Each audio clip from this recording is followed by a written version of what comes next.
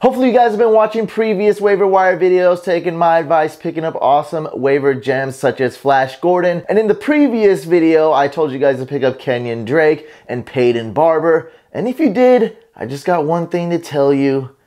Welcome to the fantasy football playoffs.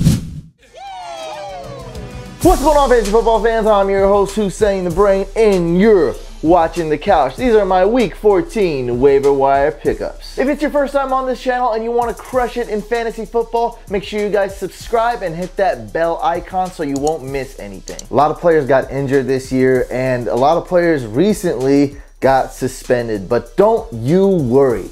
I have some mediocre waiver wire pickups that'll replace those guys like this. Unfortunately, guys like Case Keenum are already owned, but there are some other choices for quarterbacks. Surprisingly, we have a Cleveland Brown at number 1. Deshaun Kaiser's been playing a little bit better. This Browns offense is a little bit more rejuvenated now that Josh Gordon has been inserted into that lineup. Cleveland is playing at home against a sweet matchup against the Green Bay Packers. They're still gonna need to throw the ball. Deshaun Kaiser, man, he can run, he can score rushing touchdowns, and he has some new toys to play with. Josh Gordon, Corey Coleman, and David Njoku, who's now good again, I guess. He was bad, then he was okay, and he's bad. I think now he's good again. Blaine Gabbert should be the starter. Tom Savage has a good matchup against the Niners. Josh McCown, I didn't rank him too high because he's a good quarterback. Let's face it, he's easily a QB1, probably even a mid-range QB1. But going forward, his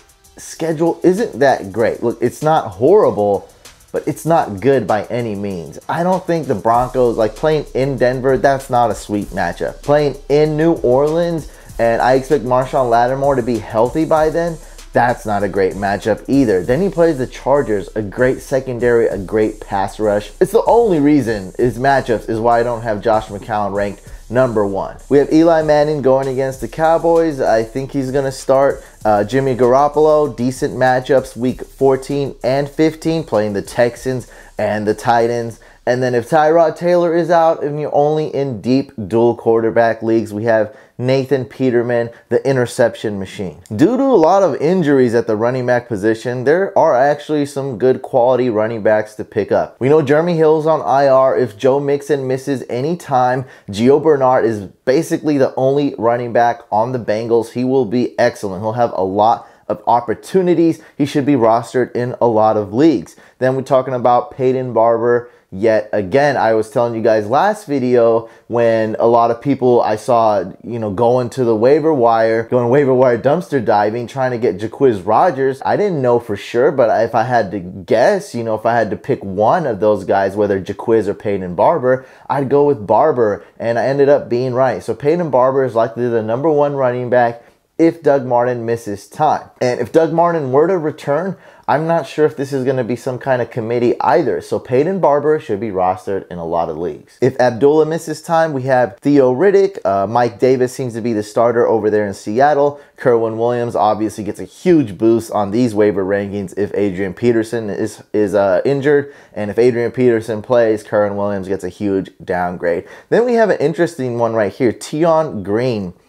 Detroit Lions, he got a double-digit carries last week and should be a good pickup, a gem, kind of a sleeper if Abdullah is hurt. Now, when I looked on one website, I look at Yahoo, I see his stats, but I think I just did it really quick, so I'm not 100% sure. Maybe my eyes playing tricks on me.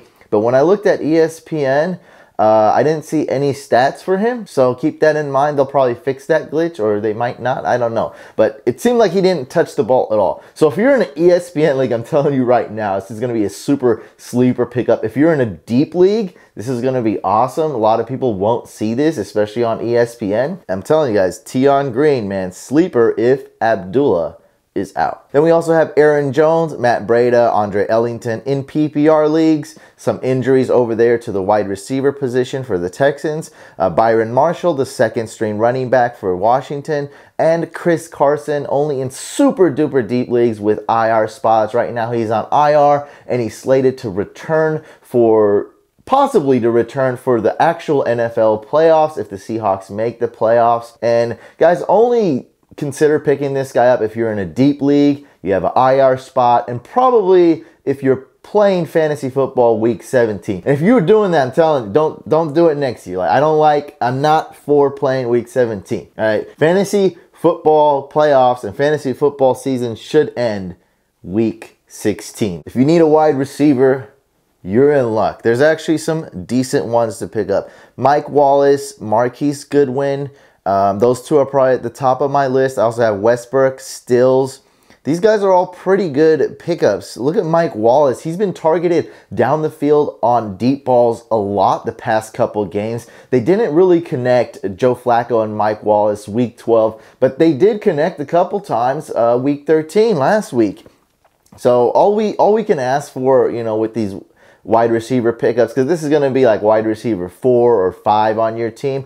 All we can ask for is that they get quality targets. Mike and I, man, Mike Mattal on the podcast we do, the Couchcast every week, we're both huge Jimmy Garoppolo fans. We're Jimmy Garoppolo believers. We think he has a lot of potential, like a lot of potential, and we think he's really good. And, you know, when I tell people this, they don't really want to listen. They're like, oh, another Patriots backup, they never do good. Yeah, that's true, but we can't go, you know, we can't base everything off that. Just because this guy backed up Tom Brady doesn't mean he's gonna suck. Now, the Niners, they're still not a good team, but Jimmy Garoppolo is by far much better than CJ Beathard, and this boosts Goodwin's value. Some other guys to consider: Dontrell Inman, Brandon LaFell, Ryan Grant, who is involved in that Washington offense and that passing game. Kenny Golladay, this is more of a sleeper pick, good matchup.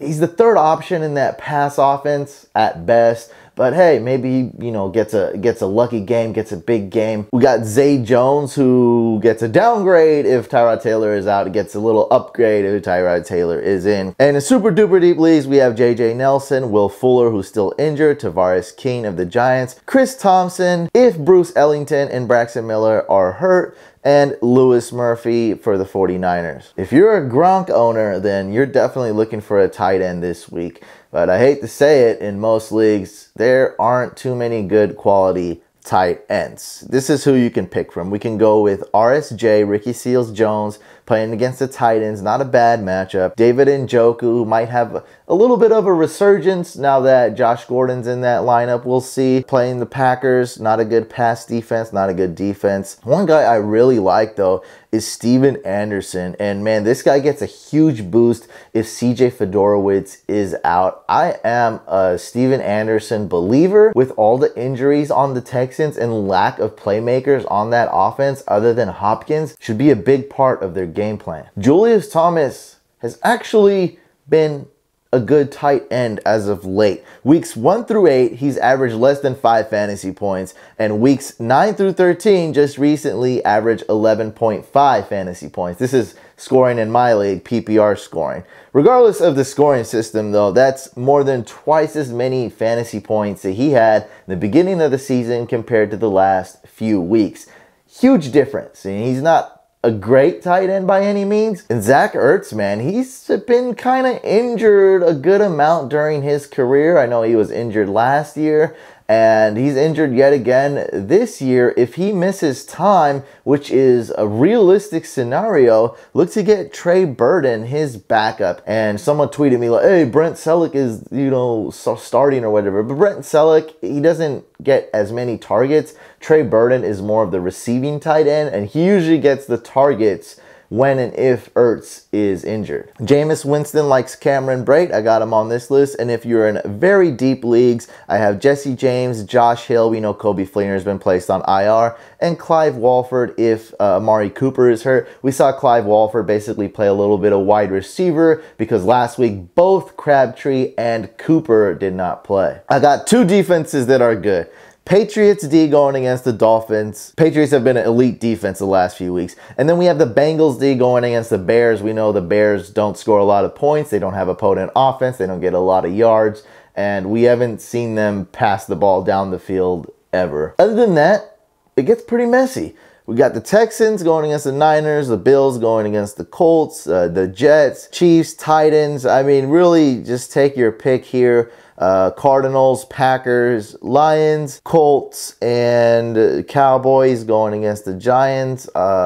In this game, make sure you keep tabs on Sean Lee if you're considering picking up the Cowboys. And then in super deep leagues, we have the Browns going against the Packers. The Browns defense is okay. Aaron Rodgers isn't playing, so they are an option to consider only in deep leagues. I got 3 good kickers to pick up. That's Dan Bailey going against the Giants, Jake Elliott going against the Rams, and Harrison Butker going against the Raiders in a division game. Should be close, but the Chiefs are favored to win. And in deeper leagues, you may want to consider Travis Coons, who I told you guys to pick up last week, and he balled out. Well, I was just saying pick up the Chargers kicker. I actually picked up Coons, and I started him last week. That was an awesome start. Give myself a little clap of the pat on the back for that. We also have Kai Forbath, Mason Crosby, Giorgio Tuvecchio, Randy Bullock, and Zane Gonzalez. Make sure you guys don't miss any of the videos this week. I might be announcing a special contest, maybe some giveaways. We'll see on the next video that's coming this week. Also, I'm going to be doing hashtag HackMyLineup. Everyone loves that show. We do it live. That's every Saturday, 7:30 p.m. So you don't want to miss that. If you guys haven't already, make sure you subscribe to the YouTube channel by hitting this couch icon. Like the video. I read every single comment, guys. And if you have a fantasy question, make sure you use hashtag AskTheBrain so I know you're a true couch fan. Couch Squad, out.